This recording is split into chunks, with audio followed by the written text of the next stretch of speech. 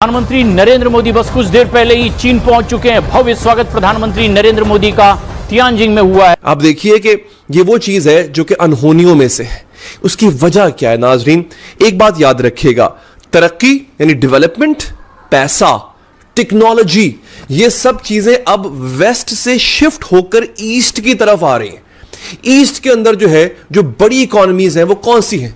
China, रूस, Russia और India. India किसी से डरता नहीं है।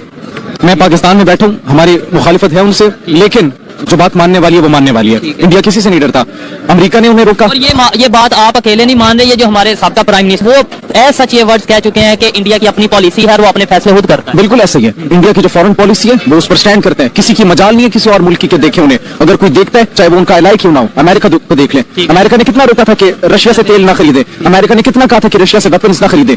अमेरिका के इन सब रोकने के बावजूद इंडिया ने ऑयल भी खरीदा, कम दामों पर खरीदा, अपनी इकोनॉमी को स्टेबल किया, वेपन्स खरीदे और पूरी दुनिया के अंदर सबसे बड़ा वेपन खरीदने वाला इंडिया मुल्क बन गया था। जब उनकी फॉरेन पॉलिसी ऐसी होगी, जब वो एक सबसे बड़ी स्टेट बनकर उभरेगी, तो फिर जाहिर सी बात है इंटरनेशनल पॉलिटिक्स के अंदर उनका एक बहुत बड़ा हाथ होगा। 7 साल बाद भारत के प्रधानमंत्री नरेंद्र मोदी शेर की तरह चीन में घुसे हैं। अमेरिका को धूल चटाने के बाद पीएम मोदी ने चीन में कदम रख दिया है। तो शाम सर, किस तरह से इस दौरे की सिग्निफिकेंस देख रहे हैं? दरमियान ये बढ़ती हुई एंगेजमेंट्स और ये विजिट साथ ही साथ इंडिया के लेंस से भी देखिएगा, एक ऐसे बहुत बड़ा लैंडमार्क विजिट है। इसमें बहुत सारी नई डेवलपमेंट्स भी हुई हैं। सबसे अहम आपने मुख्तलिफ मीटिंग का जिक्र किया। और ये तस्वीरें अब अपने आप में बहुत बड़ी तस्वीरें बन गई है, क्योंकि पीएम मोदी की अगुवाई के लिए खुद चीनी वहां पहुंचे और रेड कारपेट पर उनका स्वागत किया। अब देखिए, रेड कारपेट तो दिख ही रहा है, इसके साथ ही साथ चीनी सेना सलाम करते हुए दिख रही पीएम मोदी को। और आगे जब हम आपको तस्वीरें दिखाएंगे तो उन तस्वीरों में आपको साफ दिखेगा कि पीएम मोदी के स्वागत के लिए वहां पर जश्न मनाया जा रहा है। महिलाएं नृत्य करते हुए दिख रही हैं। बड़ा जबरदस्त किस्म का वेलकम किया गया। ये कमाल की बात है कि दो मुल्क क्योंकि इंडियंस मैसेजिंग कर रहे हैं अमेरिकन को कि देखिए, अगर आप हमारे साथ इस तरह करेंगे, हमारे साथ ये जो टैरिफ लगा दी है, ये किया वो किया, तो हम फिर जो है वो खामोश नहीं बैठेंगे, हम अपनी ऑप्शंस एक्सरसाइज करेंगे। तो ये जो कुछ भी है जो चाइनीज करना चाहते हैं या इंडियंस करना चाहते हैं, इसमें कोशिश सिर्फ यही है कि किसी तरीके नॉर्मलाइजेशन हो इंडिया के की चाइना के साथ। भारत ने प्रेजेंट पोर्ट्रेट तो किया अपने आप को, उसकी पावर एलीट थी, मीडिया इंडस्ट्री, आईपीएल, आईटी, सबको देखा जाए तो गुज़िश्ता 20 साल में उन्होंने ये तासुर दिया और इस परसेप्शन को स्ट्रांग भी किया कि माशी तौर पर मजबूत 30 से 40 करोड़ मिडिल क्लास को उन्होंने अपग्रेड कर लिया। चीन पहुंचते ही उनका स्वागत रेड कारपेट पर होता है और पूरी दुनिया देखकर चौंक जाती है, क्योंकि ये वही चीन था जिसने गलवान पर भारत के पीठ के पीछे वार किया था। लेकिन अब यही चीन भारत के प्रधानमंत्री का स्वागत कर रहा और दुनिया को यह संदेश दे रहा कि वो भारत से दोस्ती करने के लिए बेताब है। लेकिन इन सबके बीच आपको इस वीडियो में एक अंश दिखाना हम चाहेंगे जिसमें पीएम मोदी चीनी अधिकारी को उंगली दिखाते हुए दिख रहे हैं। अब ये उंगली किस लिए दिखाई ये तो नहीं पता, लेकिन ये स्पष्ट है कि अमेरिका के चैलेंज को भारत ने एक्सेप्ट कर लिया है और अमेरिका को बता दिया है उसके 50% टैरिफ की धूल अब भारत उड़ा देगा। और शायद अब अमेरिका को यह अंदाजा भी हो चुका है कि भारत नहीं झुकने वाला और इसीलिए एक के बाद एक अमेरिकी अधिकारी, मंत्री लगातार भारत पर बयानबाजी कर रहे हैं। लेकिन पीएम मोदी ने सीधा ये उंगली दिखाकर दुनिया को यह संदेश दे दिया कि भारत के प्रधानमंत्री अब पहुंच चुके हैं चीन की धरती पर और चीन की धरती पर उनकी ये तस्वीर अब सोशल मीडिया पर वायरल हो रही। फ्रेंड्स, ट्रंप ने जब से भाई इंडिया के ऊपर टैरिफ लगाया है 50% 50% का, उसके बाद ऐसा लग रहा था कि भाई इंडिया की जो इकोनॉमी है, ग्रोथ है, वो बैकफुट पे आ जाएगी, पर ऐसा नहीं है। आप यकीन मानिए, जब से ट्रंप ने भाई इंडिया के ऊपर टैरिफ लगाया, उल्टा उसी के भाई उल्टी गिनती शुरू हो गई। अब आपको पता होगा कि इंडिया और चाइना, जो भाई अभी हमारे पीएम मोदी हैं वो चले गए हैं चाइना। अब ये देख के ट्रंप को जो है मिर्ची लग चुकी है। इससे पहले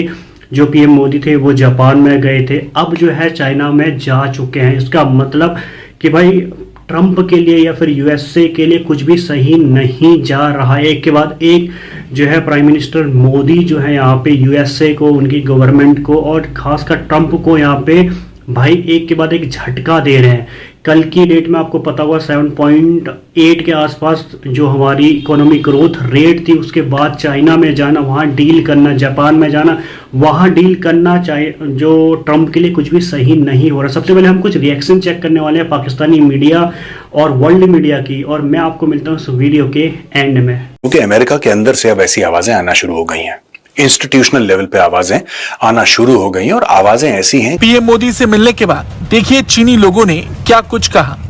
My husband from India, so today we are very happy to come here to see Modi ji, and he give my baby all a blessing, and this is most important. Well, it's so excited, and I think we do our best.